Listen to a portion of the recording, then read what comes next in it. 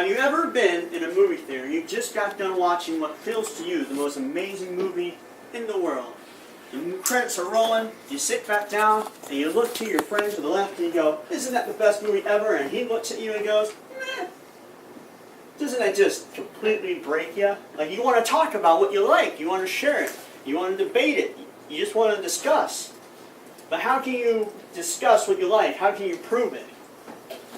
It's easy. With movies, with films, there are 3 categories you can use every time to elevate your film and explain not only why is it good, but why it's going to last throughout the ages. The categories we're going to go over is originality, innovation, and directing.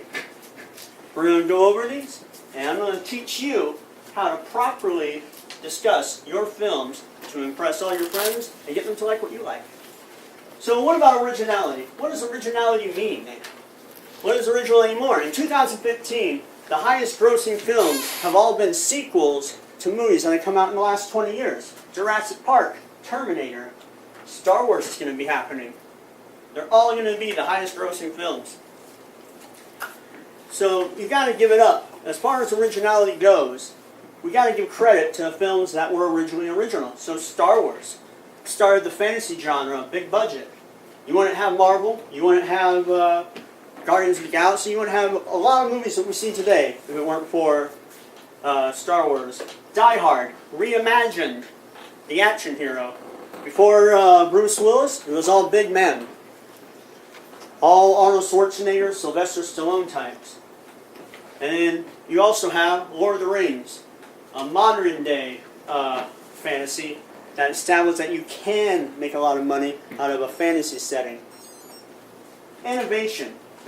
What does it mean to innovate?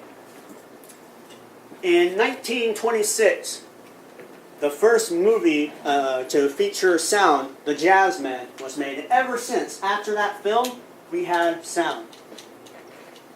1993, Jurassic Park came out.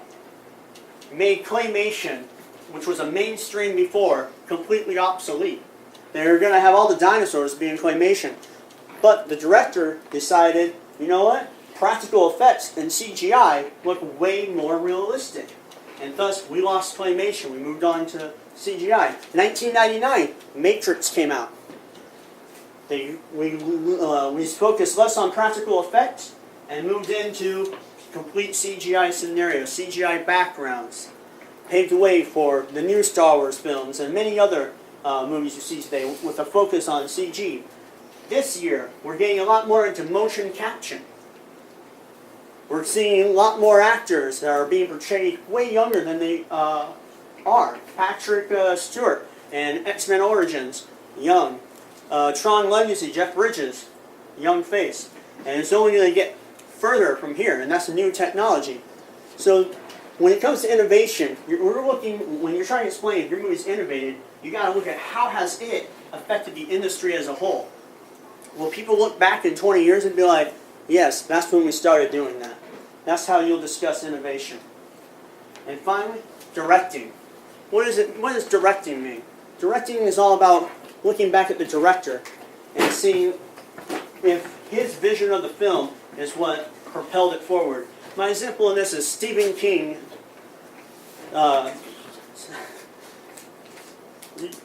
Stephen King's classic horror movie, The Shining.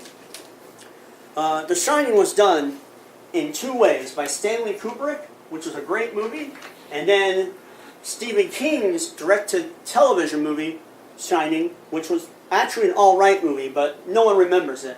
And you got to look back. With Stanley Kubrick's The Shining, what Stanley Kubrick focused on, even though it wasn't exactly like the book, he focused on scenery. He focused on this walls. He had very small details telling the story. And for the most part, you've seen the film, he avoids traditional jump scares. By avoiding traditional jump scares, he focused more on the story and more on the scenery, and that's what soaks you in. Now, Stephen King wanted a movie based more off his book. He felt cheated, so he did his own direct-to-movie release, which is not a bad film, but it relied too heavily on traditional jump scares, horror images, and grotesque violence. And what you notice is that Stanley Kubrick, by breaking the mold and escaping the traditional Jason scares, the frights and all that, he made a movie far more memorable than something that came from the source material. So in conclusion, in the end, we will always like different movies, but it's important for you to be able to explain why you like different movies. You need to be able to break it down. And by breaking it down, you're not just explaining to your friend why you like this film, you're realizing why you yourself like this film. We all have different tastes, and sometimes it's hard to pick up on what you like. By doing this, you're going to not only be able to explain what you like, but realize in more detail what you like about movies. Remember, it's not enough to just say you like it just because. You need to have a reason. Yeah? You can't just be like, it's amazing. So hopefully you can use these characteristics next time you explain why you like the Avatar, or your next Terminator film, or Jurassic Park. That's all. Yay.